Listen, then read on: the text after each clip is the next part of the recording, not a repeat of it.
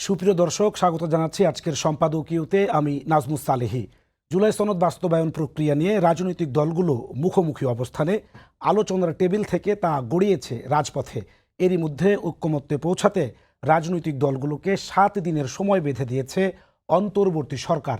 প্রায় 1 বছরের আলোচনায় ব্যর্থ হওয়ার পর 7 দিনে ঐক্যমত্যে আসা কতটা সম্ভব? এদিকে মতপার্থক্য নিরসনে প্রধান উপদেষ্টাকে রেফারির ভূমিকায় থাকার আহ্বান জানিয়েছেন জামায়াত নেতা ডাক্তার সৈয়দ আবদুল্লাহ মোহাম্মদ তাহের।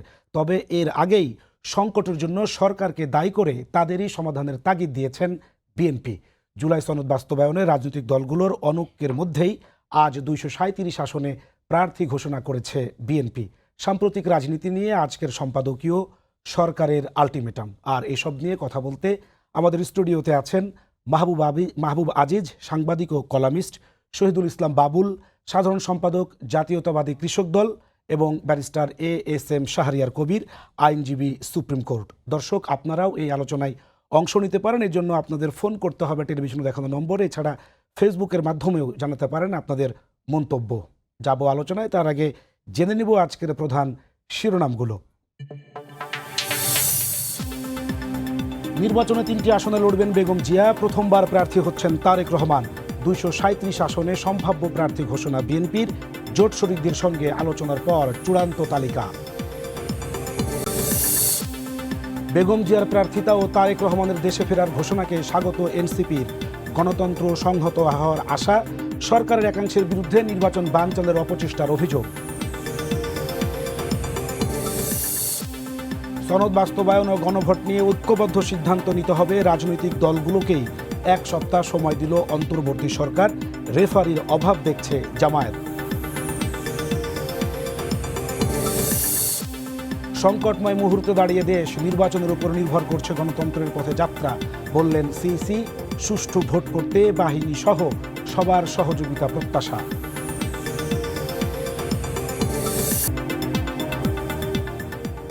এই ছিল আজকের প্রধান শিরোনামগুলো। আমরা সরাসরি যেতে চাই আলোচনায়। বাবুল ভাই, আপনাকে দিয়ে শুরু করতে চাই। দীর্ঘ 1 বছরের ঐক্যমত্য কমিশনের আলাপ আলোচনা একেবারে শেষে এসে জুলাই সনদ কোন প্রক্রিয়ায় বাস্তবায়ন হবে, কমিশন সেই সুপারিশ মালাও দিয়ে দিয়েছে। এরপরেও আসলে সেটি এখন সেই দাবি আদায়ে জামায়াত তারা ইতোমধ্যেই কর্মসূচি ঘোষণা করেছে। বিএনপি বলছে এই উদ্যোগ সরকারকে নিতে হবে, কারণ সংকটটা সরকারই তৈরি করেছে। এর মধ্যে আজকে 7 দিন সময় বেঁধে দিয়েছে অন্তর্বর্তী সরকার। বলছে তাদেরকেই ঐক্যবদ্ধ সিদ্ধান্ত নিয়ে সরকারকে জানাতে হবে, সরকার সে অনুযায়ী ব্যবস্থা নেবে। সম্ভব? জুলাই সনদ বাস্তবায়ন এবং এই যে রাজনৈতিক সমঝোতা, শুধু গর্জন আর বর্ষণ আমরা দেখলাম না, খালি গর্জনই হলো। দীর্ঘদিন ব্যাপী আলোচনা, খানা পিনা, দিনের পর দিন 9 মাস ব্যাপী আলোচনা হলো, কমিশন গঠিত হলো এবং সবশেষে পর্বতের মুশিক প্রসবের মতো একদম, মানে ওনারা যেটা করলেন ওই যে রাতভরে রামায়ণ পরে সকালে সীতাকার বাপ, সেই গল্পের মতো আর কি। তো আমরা রাজনৈতিক দল যে আলোচনা করলাম, ওনারা তার মধ্যে কেন হাত দিলেন? কি কারণে এই যে নোট অফ ডিসেন্টগুলো তুলে দিলেন, যেটা প্রাসঙ্গিক আলোচনার মধ্যে ছিল না? নির্বাচনের প্রতীক মার্কা কে কার মতো করবে, জোট হলে জোটের প্রতীকে করবে না নিজের প্রতীকে, এটা তো কোনো আলোচনার এজেন্ডা ছিল না। ওনারা কি কারণে এটা তুলে দিলেন? তারপরে এই যে আপার হাউজে যে পিআর, সেটা বিএনপির নোট অফ ডিসেন্ট ছিল। তাহলে কি এই যে গণভোট হবে, বিএনপি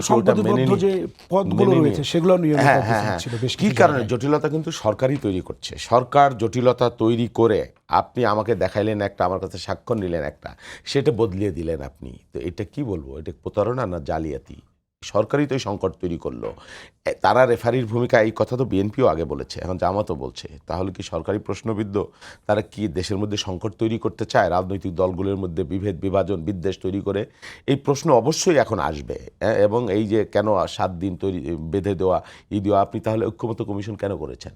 এবং ওনারা তো ঘোষণা দিয়েছিলেন সুস্পষ্টভাবে, প্রধান উপদেষ্টা, যে যেসব বিষয়ক্ষত মানে কি যেসব বিষয় ঐক্যমত্য, এবং ঐক্যমত্য হয়নি এমন না, মেজর বিষয়গুলো ঐক্যমত্য হয়ে গেছে সব রাজনৈতিক দলের। মেজর বিষয়গুলা কিছু বাকি ছিল, বা কোনো দলের একটা প্রত্যেকেরই নোট অফ ডিসেন্ট ছিল। তো সেই বিষয়কে আপনি চেরতা খাওয়ানোর মতো জোর করে আপনি খাওয়াই দিবেন, চালাই দিবেন বিএনপির নামে। এটা কি কাঙ্ক্ষিত? এই সংকট কে তৈরি করছে? সরকার তৈরি করছে। এখন আবার তারা বলতেছে তোমরা ঠিক হয়ে আসো। এটা ডাবল স্ট্যান্ডার্ড আমরা মনে করছি। সেই জন্যে সিদ্ধান্ত সরকারকে নিতে হবে এবং তাকে নিরপেক্ষভাবে। এই যে জুলাই সনদ নিয়ে যে বিএনপির সাথে যে তামাশা করলো, এই তামাশা এটা সরকারের সাথে যায় না বা তাদের তাহলে এই এখন অবস্থা সরকার থেকে যে স্ট্যান্ড সেইটা তাহলে বিএনপি কিভাবে দেখছে না, তো এখন stand- সরকার 7 দিন সময় বেঁধে দেওয়া রাজনৈতিক দল তোমরা মারামারি করে আসো, তোমরা কাটাকাটি করে আসো, বিষয়টা কি এরকম বল কোর্টে ছেড়ে দিয়ে? এটা ঠিক না।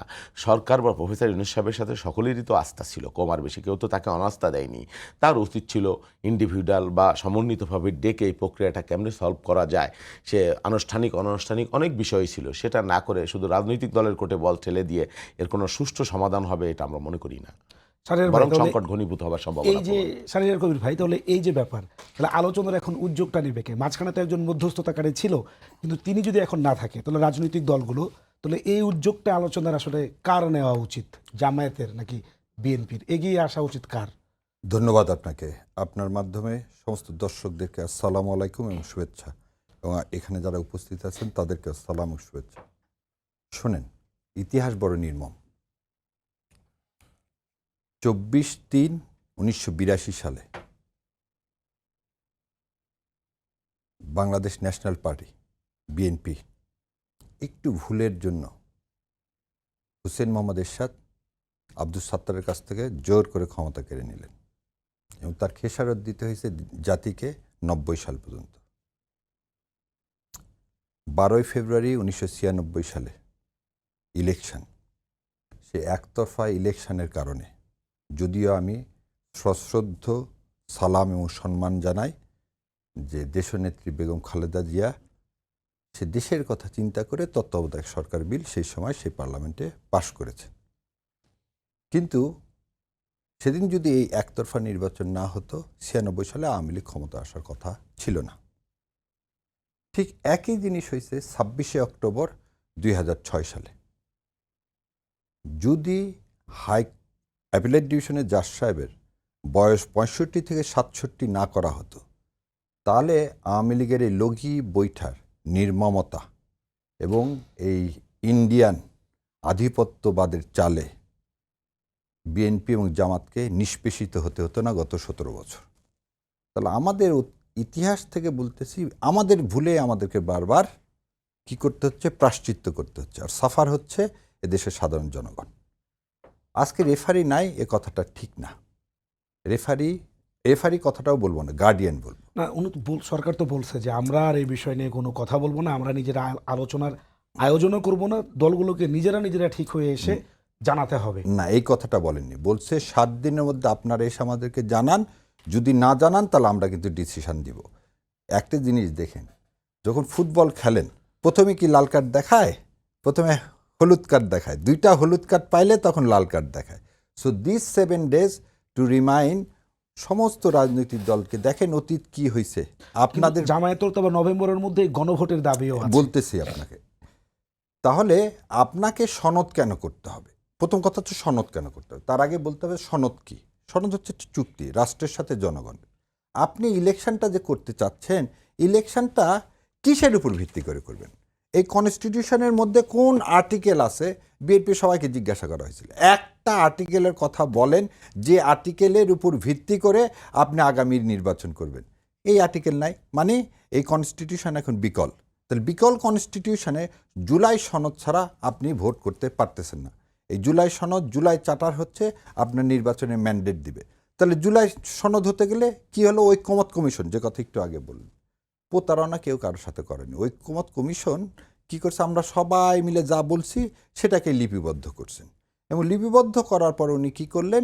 উনি একটা প্রস্তাবনা সরকারের কাছে পাঠালেন। সে প্রস্তাবনা কিন্তু ড্রাফট প্রস্তাবনা। আবার বুঝেন, যে প্রস্তাবনাটা ঐক্যমত কমিশন ডক্টর ইউনূসের কাছে পাঠিয়েছে এবং সমস্ত রাজনৈতিক দলের কাছে পাঠিয়েছে, সেটা কিন্তু ড্রাফট। কারণ ঐক্যমত কমিশনকে আইনগতভাবে ওই ক্ষমতা দেওয়া হয়নি যে ওরাই যেটা দিবে তার উপরে গণভোট অনুষ্ঠিত হবে। তাহলে কিন্তু এই মানে ডক্টর ইউনূস সাহেব আর সবাইকে ডাকতেন না, আজকে 7 দিন সময় দেওয়ার কথাটাও আসতো না। যেমন একটা কথা বলা হচ্ছে যে ঐক্যমত কমিশনে যে সমস্ত দলই কি দিয়েছিল? নোট অফ ডিসেন্ট দিয়েছিল। ঐক্যমত কমিশন কি কোনো একটা দলের রাখছে? কারোটাই তো রাখেনি। না রেখে কি করা হয়েছে? গণভোটে দেওয়া হয়েছে। গণভোটে দেওয়া হয়েছে। জনগণ যদি গণভোটকে রায় দেয়, তাহলে সেই গণভোটের রায়ের উপর ভিত্তি করে দেখে। কিন্তু এই 7 দিনে কি এই সমঝোতায় আসা সম্ভব? যদি ছোট্ট করে একটু আমি বলতেন। ছোট করে বলে দিচ্ছি, 7 দিনে না, 24 ঘন্টায় সম্ভব। এবং জামাতে ইসলাম সর্বপ্রথম বিএনপি বলছে চলেন যাই আমরা বসে এটা রাজনৈতিক সিদ্ধান্ত। ডক্টর ইউনূস একটা সিদ্ধান্ত দিতে পারে, সেই সিদ্ধান্ত মাঠে গড়াতে পারে, প্রতিহিংসা রাজনীতি আবার শুরু হতে পারে। কিন্তু আমাদের স্পিরিটটা কি, 36শে জুলাইয়ের স্পিরিটটা কি? আমরা সব কিছুর আগে দেশ।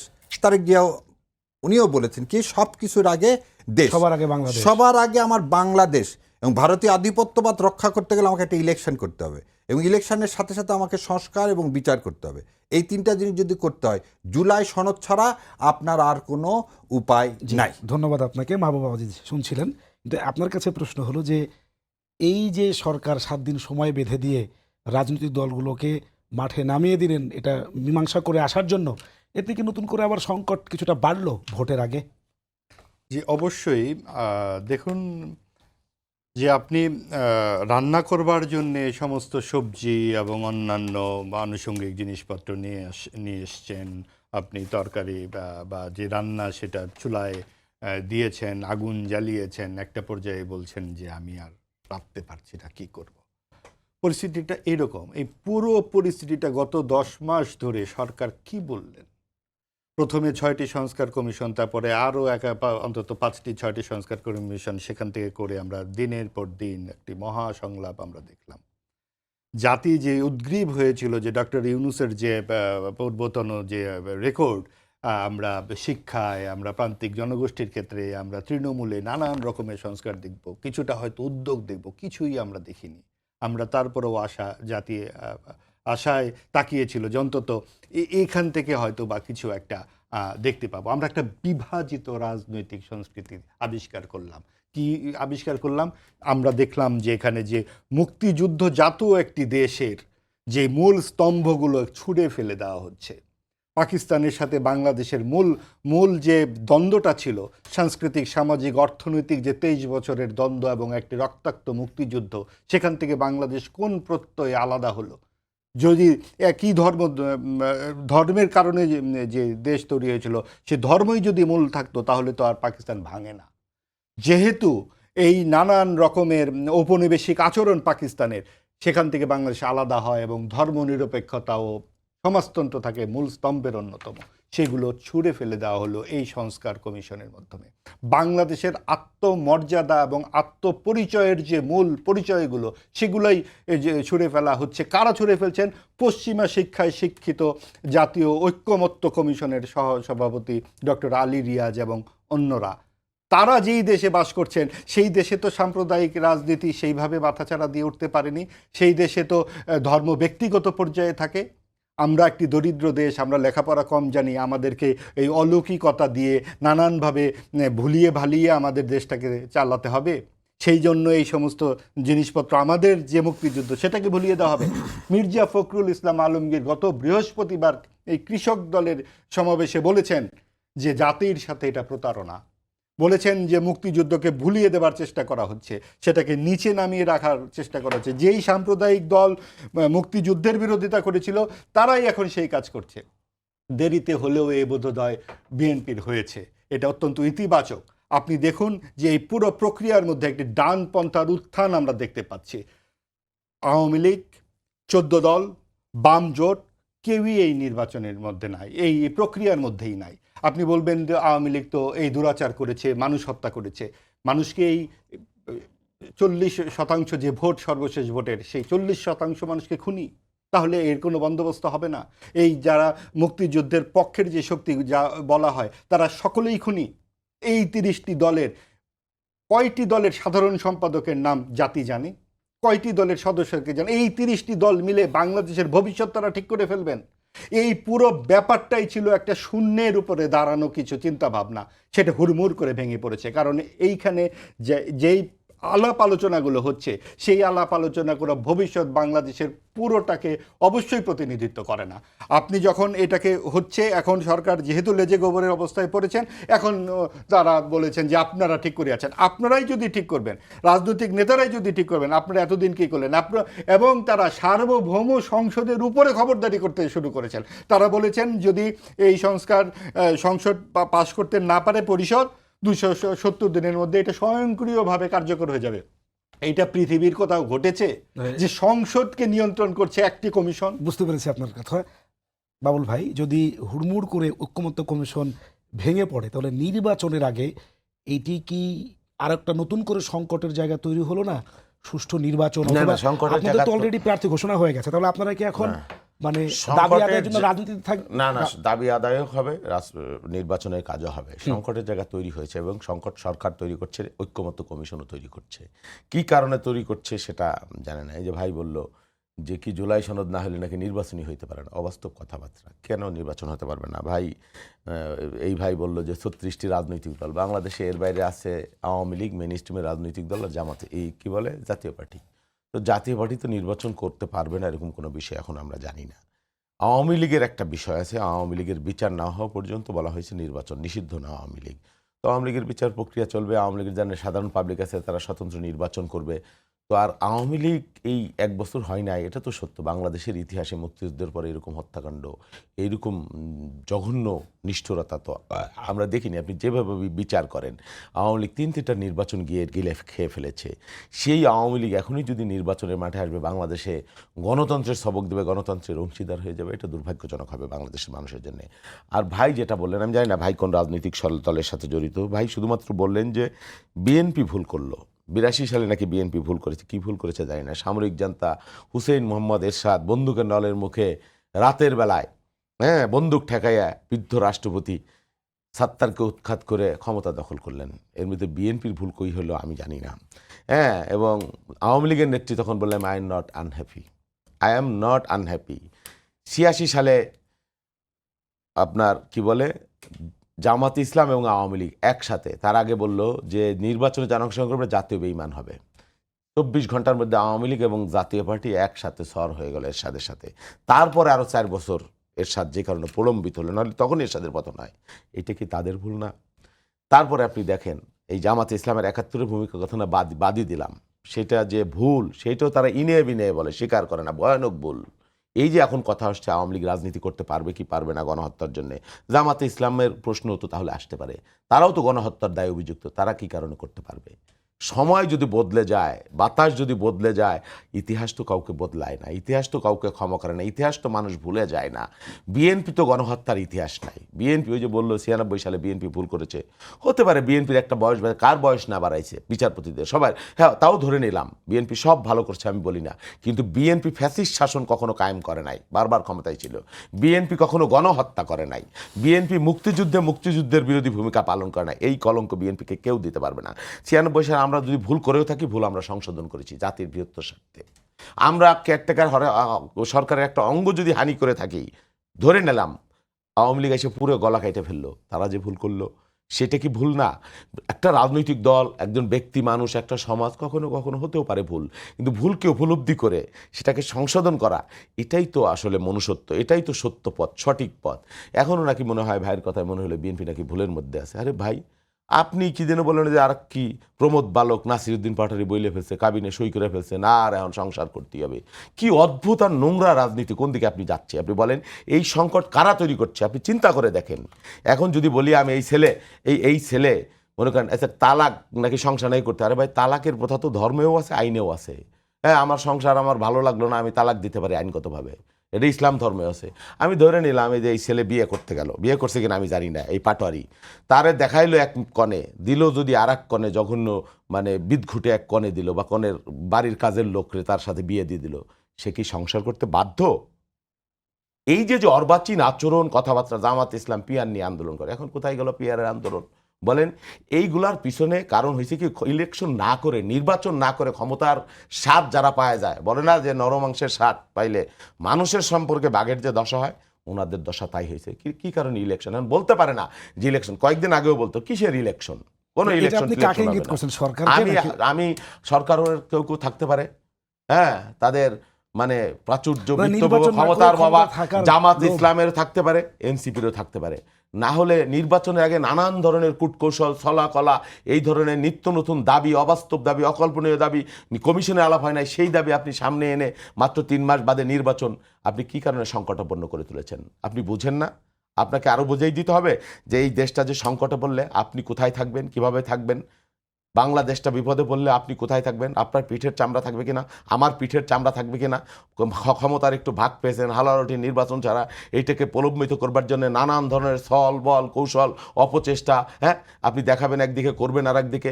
এর মূল টার্গেট নির্বাচনকে প্রলম্বিত করা, নির্বাচনকে বিলম্বিত করা, এবং এর সাথে সরকার একটা জড়িত থাকতে পারে বলে আমরা আশঙ্কা করছি। ধন্যবাদ, আপনার কথা বুঝতে পেরেছি। শাহরিয়ার কবির ভাই যদি একটু বলতেন, শুনছিলেন তার কথা, যদি বাবুল ভাইয়ের কথা যদি আপনার কিছু অ্যাড করার থাকে করতে পারেন, তারপরে আমার একটা প্রশ্ন আছে আপনার কাছে। প্রথম কথা হলো কি, অনেক কিছুই বলা যায় কিন্তু সব কিছু বলতে মানা। প্রথম জিনিস, ভাই আমাকে বলছে যে আমি কোনো রাজনৈতিক দলকে সমর্থন করি কিনা, ওনার জ্ঞাতার্থে বলতেছে আমি বাংলাদেশ জামাত ইসলামকে সমর্থন করি। এই জন্য না, আমি সরি, আমি বলে না, আপনি জানেন না, আমি বলে দিলাম ভাই। না, you are right. তাহলে আপনি ঠিকই বলেছেন। আপনার জানার আমি বলেছি নিরপেক্ষ। আচ্ছা, এবার দ্বিতীয় কথা, তার চেয়ে বড় জিনিস, আমি একজন বাংলাদেশি, আমি একজন বাঙালি না, আমি একজন বাংলাদেশি, এবং আমার ধারণা আমার ভাইও বাংলাদেশি, এবং আমরা দুজন বাংলাদেশি বলে 90 সালে আমরা একসাথে 3 দলীয় রূপরেখায় সাইন করছি। আমরা 91 সালের ইলেকশনে আমরা কি করছি, কোনোভাবেই বিনা শর্তে তাদেরকে সমর্থন দান করছি। 2001 সালের নির্বাচনে আমরা ক্যাবিনেটে শরিক ছিলাম, এবং এই গত 15 বছরের আন্দোলনে আমরা একসাথে আন্দোলন করছি। তখন 71 বা মুক্তিযুদ্ধ কোনো ইস্যু ছিল না। আচ্ছা, যাই হোক, আমি প্রথম থেকে শুরু করি। আওয়ামী লীগ এবং জামাতকে, আওয়ামী লীগ এবং জাতীয় পার্টিকে কেন ভোট দেওয়া হবে না? প্রথম কথা শোনেন, অনেকেই, যেমন সাংবাদিক, ওনার নাম হচ্ছে ঠিকানার, আমি নামও বলতে চাই না, উনি বলছেন সাবেক প্রধানমন্ত্রী শেখ হাসিনাকে আমি ভাবি মুখ্যমন্ত্রী ভারতের। যে ভদ্রমহিলা বলতে পারে যে আমি যা দিয়েছি তা ইন্ডিয়া সারা জীবন মনে রাখবে, এটা কোনো স্বাধীন দেশের স্বাধীন নাগরিক, স্বাধীন প্রধানমন্ত্রী বলতে পারে না। এবং যে দেশে ফরেন মিনিস্টার বলে যে আমরা হাজব্যান্ড অ্যান্ড ওয়াইফ, সেই দিনই এই দেশের সার্বভৌমত্ব ইন্ডিয়ার হাতে ছেড়ে দেওয়া হয়েছে। সো এখান থেকে শেখ হাসিনা পালিয়ে যায়নি, আওয়ামী লীগ পালিয়ে গেছে। এবং এই যে গণহত্যার কথা বলা হচ্ছে, গণহত্যার সাথে যদি কেউ জড়িত থেকে থাকে বাংলাদেশের মহান স্বাধীনতার পরে এই দ্বিতীয় স্বাধীনতায়, সেটা হচ্ছে আওয়ামী লীগ, এবং তার জন্য তার বিচার হতে হবে। এবং আমাদের ভাই একটা কথা বললেন যে 40% ভোটার সবাই কি এই গণহত্যার সাথে জড়িত? 93,000 সৈনিক ধরা পড়েছিল পাকিস্তানের। 93,000 সৈনিকের প্রতিটার বিরুদ্ধে কিন্তু স্পেসিফিক কোনো এলিগেশন ছিল না, কিন্তু 93,000 সৈনিক পাকিস্তানি ছিল বলেই তাদের বিচারের সম্মুখীন করা হয়েছে। So Awami League as a দল হিসাবে বিচারের সম্মুখীন হচ্ছে। সো তাদের বিচার না হওয়া পর্যন্ত আওয়ামী লীগের এদেশে রাজনীতি করার ক্ষমতা থাকার কথা না। যদি একটু বলেন, আমি বলে দিচ্ছি, এটা অ্যান্সারটা দিয়ে দিই। জাতীয় পার্টির কথা বলছেন, যে পার্টির চেয়ারম্যান ইন্ডিয়া থেকে ঘুরে আসা বলে সাংবাদিকদেরকে যে ইন্ডিয়া না বললে আমি বলতে পারবো না, এই দাসত্ববাদের রাজনীতিকে যে সমর্থন করে, সেই দাসত্ববাদের যারা রাজনীতিকে সমর্থন করে, ভারতীয় আধিপত্যবাদকে যারা সমর্থন করে, তাদের এদেশের সিটিজেনশিপই থাকা উচিত না। সো আমি মনে হয় জাতীয় পার্টি, আওয়ামী লীগ এবং 14 দল সম্পর্কে কেন তারা রাজনীতিতে অংশগ্রহণ করা উচিত না এবং কেন তারা নির্বাচনে অংশগ্রহণ উচিত না, এটা আমি বোঝাতে সক্ষম হয়েছি। এবারে আসেন আমার বড় ভাইয়ের কথা। সনদ না হলে, শোনেন, 5 তারিখে আমরা এই কনস্টিটিউশন 72-এর যে পরিত্যক্ত, ভাই মুক্তিযুদ্ধের কথা বলছে, খুব ভালো হয়েছে। আমাকে একটু মুক্তিযুদ্ধের বিষয়ে একটু শর্ট করেন, আমাদের হাতে সময় একেবারে একদম শর্ট করে বলে দিচ্ছি।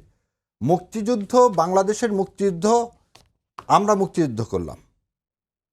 আপনি 16 ডিসেম্বর সাইন করলেন কার কাছে? আত্মসমর্পণ করলেন জেনারেল অরোরার কাছে। আমার নজরুল ইসলাম কোথায়? আমার কামরুজ্জামান কোথায়? আমার আওয়ামী লীগের নেতৃবৃন্দ সেই জায়গায় কেন সাইন করলো না? আচ্ছা, তারপরে কি হলো? সিমলা চুক্তি হলো। সিমলা চুক্তি কে সাইন করলো?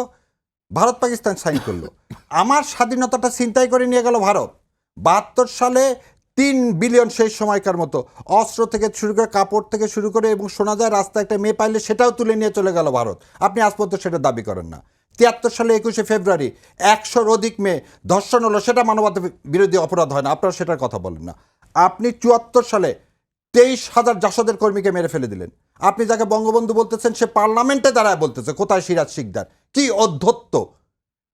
75 সালের জানুয়ারি মাসে আপনি 4th সংশোধনীর মাধ্যমে সংবিধানকে কবর রচনা করলেন। কবর রচনা একদলীয় শাসন ব্যবস্থা কায়েম করলেন। একদলীয় শাসন ব্যবস্থা কায়েম করে রক্ষী বাহিনী দ্বারা সারা বাঙালি জাতির মুখ বন্ধ করে দিলেন। ও ভাই, তখন আপনার মুক্তিযুদ্ধ কোথায় থাকে? তখন আপনার মানবতা অপরাধ কোথায় থাকে? আপনি একদিকে বলবেন কয়েনের, আর একদিকে বলবেন না। দ্বিতীয় আরেকটা জিনিস, কাউকে আপনি অপরাধী বলতে পারেন না যতক্ষণ না বিচার না হবে। জি, বুঝতে পেরেছি। শুধু আওয়ামী লীগকে বলা আমি শেষ করি, আপনার সবাইকে তো আমি কোনো ইন্টারাপ্ট করি না। I hope you will not interrupt me as well. Interrupt আচ্ছা, জাস্ট আপনাকে 1971 সালে সহযোগিতা বাংলাদেশ জামাতে ইসলাম তার রাজনৈতিক কারণে সে কি করেছে, যে একক পাকিস্তানের সিদ্ধান্ত, যেটা ভুল ছিল।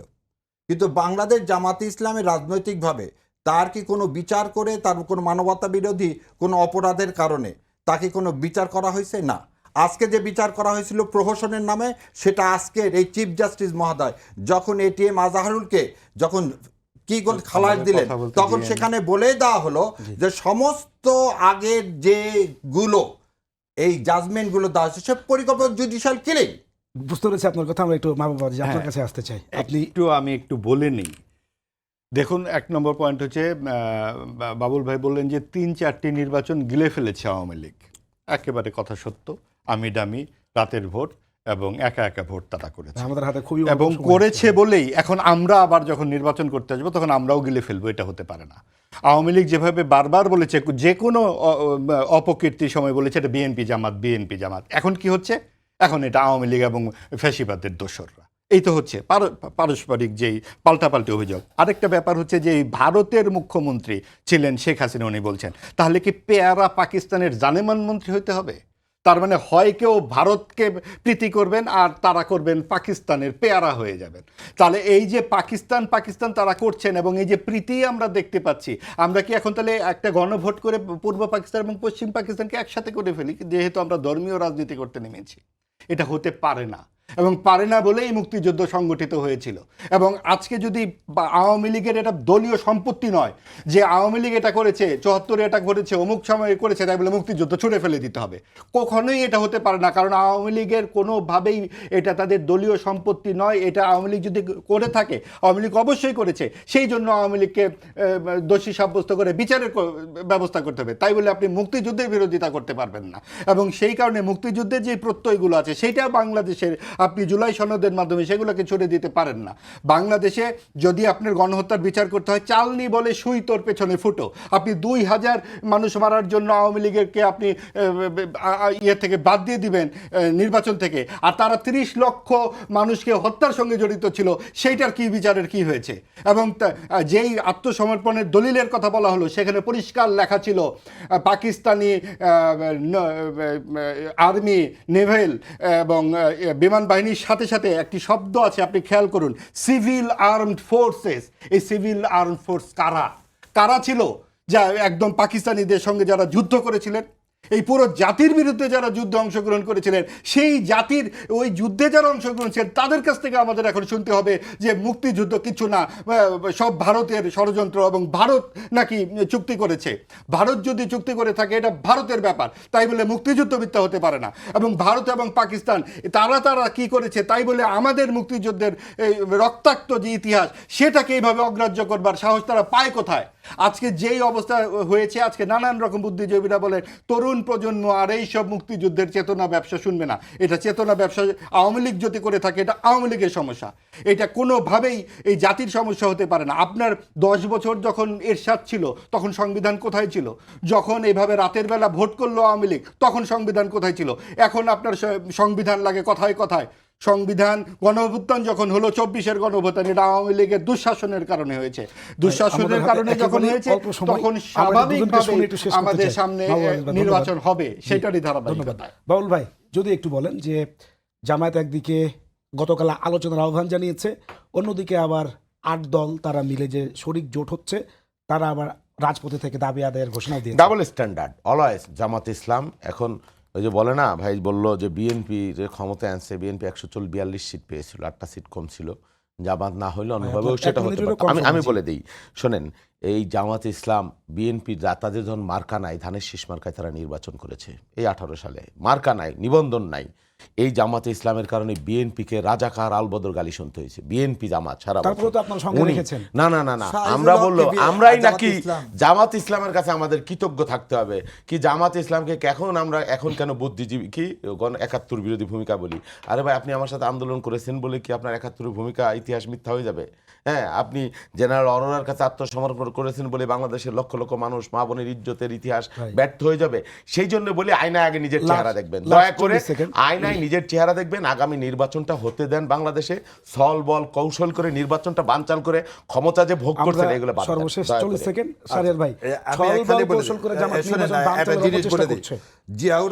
মহান রাষ্ট্রপতি জিয়াউর ভাই, মাত্র রহমানের 40 সেকেন্ড সময়। মহান রাষ্ট্রপতি জিয়াউর রহমানের চেয়ে আমার ভাইদের মনে হয় মানে মুক্তিযুদ্ধের প্রতি মায়া মমতা বেশি হবে না। শাহিজুর রহমান নিশ্চয় জামাত করতেন না, দুদু মিয়া নিশ্চয় জামাত করতেন না। মুসলিম লীগ এবং বামফ্রন্ট মিলে বিএনপির সৃষ্টি, এবং মুসলিম লীগ বাংলাদেশ স্বাধীনতা বিরোধিতা করেছেন। সো আজকে বিএনপি যদি এই কথা বড় বড় গলায় বলতেছেন যে মুক্তিযুদ্ধে মানে হচ্ছে খালি বিএনপি না, বিএনপির না ভাই, না আগে আপনার সঙ্গে বলিনি, এবার আমাকে বলতে দেন। আপনি ঠিক আছে। বলছেন বাংলাদেশ জামাত ইসলামকে নিয়ে বিএনপি সহ আজকে এই অবস্থা আসতে পেরেছি বলেই আমরা ভারত আধিপত্যবাদ থেকে মুক্তি পাইছি।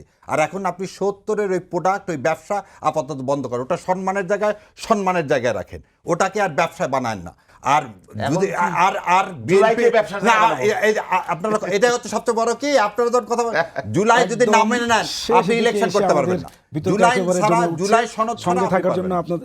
আমাদেরকে সময় জুলাই দেওয়ার জন্য সনদ ছাড়া অনেক আপনি ধন্যবাদ। ইলেকশন করতে পারবেন না। এই ছিল আজকের সম্পাদকীয়। সঙ্গে থাকার জন্য সবাইকে অনেক ধন্যবাদ। দেখা হবে আগামীকাল অন্য কোনো অতিথির সঙ্গে অন্য কোনো বিষয় নিয়ে। সে পর্যন্ত ভালো থাকুন, সুস্থ থাকুন। ধন্যবাদ সবাইকে।